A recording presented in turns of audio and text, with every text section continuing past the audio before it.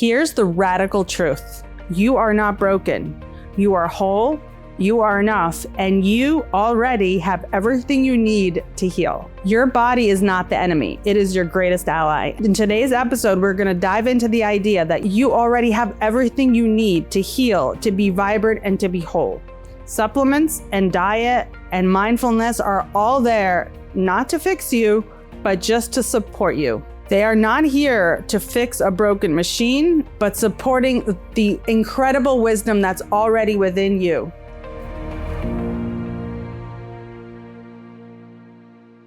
Hello and welcome to the Good Gut Feeling podcast, where we digest modern medicine with old world wisdom.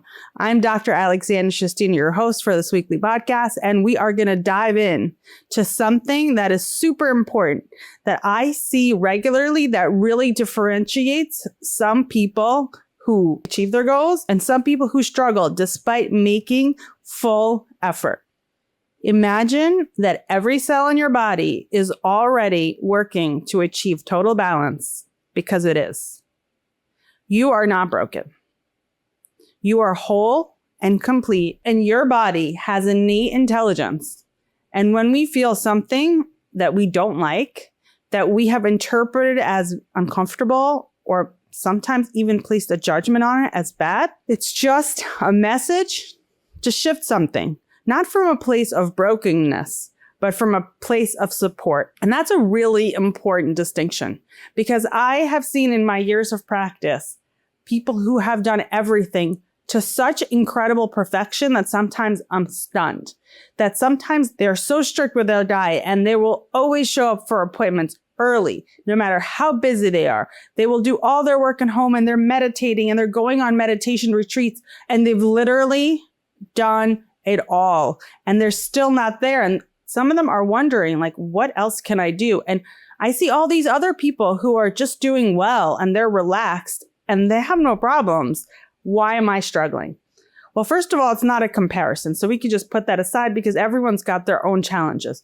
But if I compare myself to me, to the vibrant me, to the whole me, what is preventing me from getting there? And the answer is so simple, but so profound that it actually can change everything.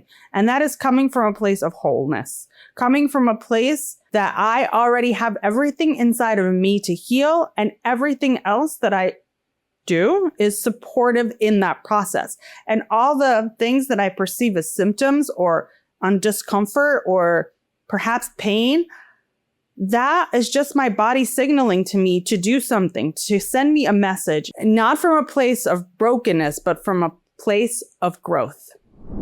Today, I want to jump in on some of the things that we've talked about before, but from an approach of being whole.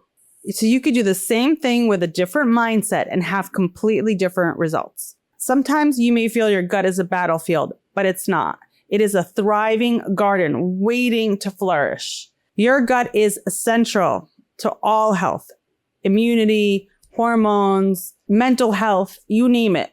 Everything starts in the gut. And the gut hosts a beautiful garden called the gut microbiome. In order for that garden to grow, we just need to feed it with good stuff. So it's not about fixing the garden. It's not about destroying the garden and starting all over. It's not about saying my garden is broken, or my garden is weak, or my garden is in bad shape. No. My garden wants to be fed. And what can we do to feed the garden? When we eat diverse plant-based food, all different kinds of colors, we give the gut microbiome, the bacteria that live in our gut, the food that they love. And they like different kinds of food. So the best way to do it is just diversify the colors, because that's super easy. Like yellow and green and red and purple, and all these colors have their own nutrition. And they also have fiber. And fiber is really the food that these bugs like to eat. So go ahead and feed your beautiful garden these diverse foods that the bugs in there love. What if the key to wellness isn't doing more, but actually doing less, or simply being? Number 3 is mindfulness. Mindfulness that what I already have is enough. And it's not about fixing my brain or my thoughts or my consciousness. It's just allowing myself to be present.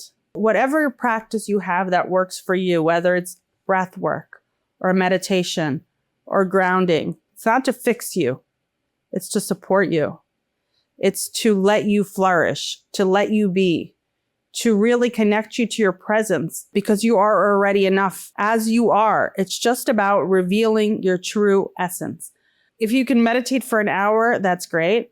And if you can't, it doesn't mean you're not going to do enough, because sometimes even just a couple of deep breaths throughout the day with thought that I am safe and I am enough is more than enough.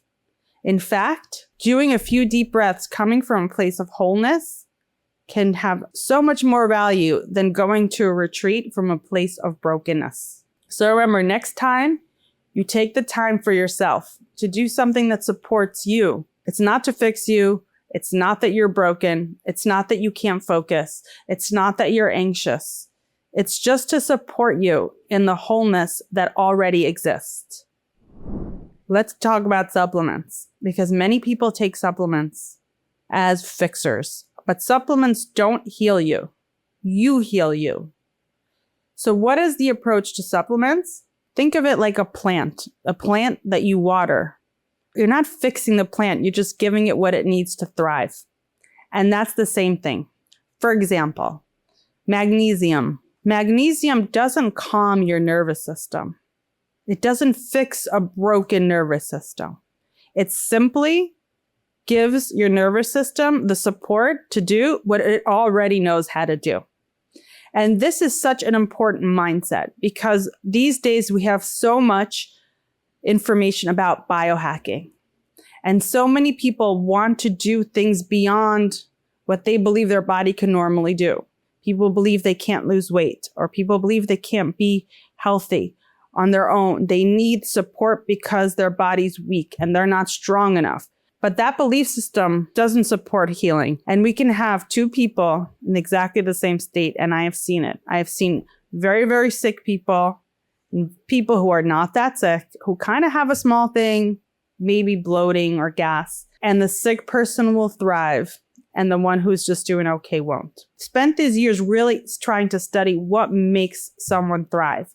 And one of the things that's key, that's so important, is that they know they are enough, and they believe that all they need is to support their already healthy body just to be a little more balanced. This is where it's really important not to associate with a diagnosis, because many people start to think of themselves as a patient with a diagnosis, and that becomes their identity. And you may have heard it because it's everywhere. I am this kind of patient. But if you know you're whole, and you know you're healthy, and you know you're complete, and all you need is just a little bit of water and a little bit of nutrients, a little bit of supplements, and just the right foods to feed your already thriving garden, then you are not associated with your diagnosis. You associate yourself as a healthy, vibrant person, and everything you do is just supportive of that. Many people think that wellness comes from an ultra-rigid lifestyle, and sometimes they are super disciplined with their diet and really great about going to bed early and making sure there's no blue light and doing cold plunges and red light saunas. And all those things are good. But if they come from a place that rigidity is going to create health, the more I do is going to create a better outcome. And the more I fight my body, the better I will be. That is the opposite of healing. That is the opposite of honoring the body's wisdom, which just sometimes says, I just need a break. Like, I do need good food, but maybe not so with so much rigidity. Maybe not so much guilt if I mess up a tiny bit. And maybe sometimes when I just need a little break. So true health is about listening inward and creating small, consistent steps that honor the body's wisdom. So sometimes we just need to listen. Maybe today, I don't need that high intensity workout. Maybe I just need a walk on the beach. Maybe that's what my body needs. I have seen people who do everything right and don't get anywhere. And then sometimes something shifts, that they are coming from a place of joy and from happiness. And just that small step changes everything.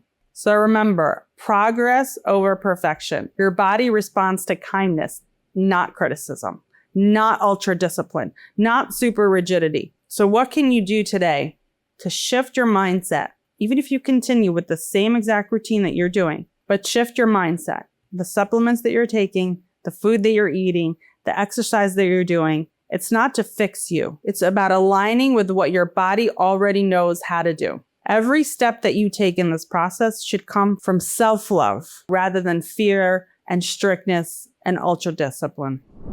Remember, you are not broken. You are enough. And when you support your mind, body, and gut, you unlock the vitality that's already within you. If today's episode resonated with you, please share it with a friend, subscribe, like. You can find so much more on wholegut.com. Thank you for listening. Stay healthy, stay gutsy, and I look forward to seeing you all next week.